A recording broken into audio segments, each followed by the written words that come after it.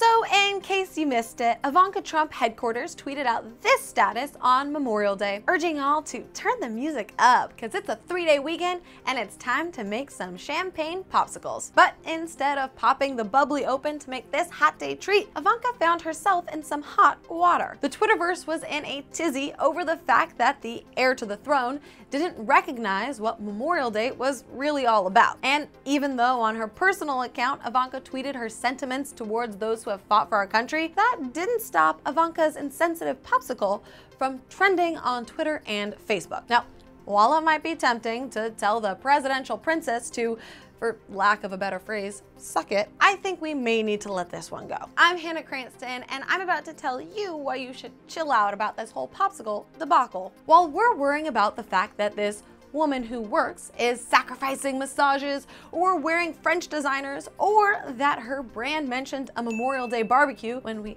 all probably did the same exact thing this past weekend, some pretty f***ed up stuff went down in the White House that we should actually spend our time getting fired up about. Like the fact that on Monday, the Trump administration drafted a rule that would essentially allow employers to say that they're feeling a little icy about providing birth control to women through their insurance options. So they'd rather just blow that popsicle stand and let the ladies cover it themselves. Under the Affordable Care Act, employers are mandated to cover free contraception. And while some religious groups, most notably Hobby Lobby, felt that they didn't want to be complicit in women's sinful acts like not wanting to contract STIs or get pregnant, this mandate saved women $1.4 billion of out-of-pocket birth control costs in 2013 alone, and helped 50 million women afford to take control of their own physical and financial health. But now, according to this new rule, employers will be allowed to make conscience-based objections to providing preventive services for women, which include birth control, but also cancer screenings and STI testing. By phrasing it conscience-based instead of just religious,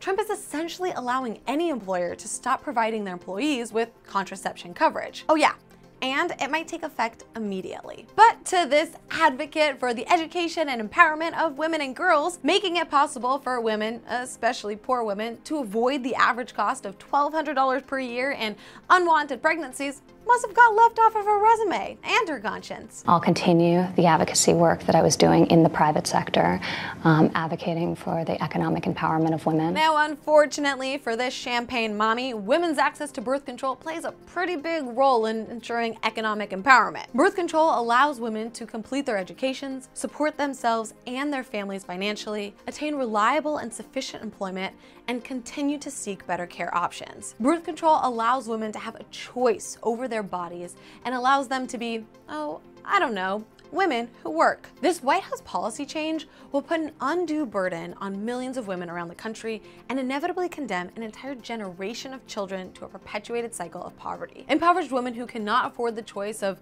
when to have children and how many they can afford oftentimes raise their kids in that same poverty, limiting the next generation's opportunity to advance educationally and economically. But fear not, because if being complicit is wanting to be a force for good and to make a positive impact, then I'm complicit. Yes, yes you are. And you're making a huge impact on the lives of women around our country. Just not a positive one. It's just a minor logistical detail in your own made-up definition of complicit. Ivanka Trump is claiming to be a champion for women, while she is letting her father screw women, in some cases literally. So before you head to use your next 140 characters on a dessert diss or a dress dig, remember that we have bigger fish to fry at this barbecue. Share this video with your friends so we can light it up, and follow me at Hannah Cranston.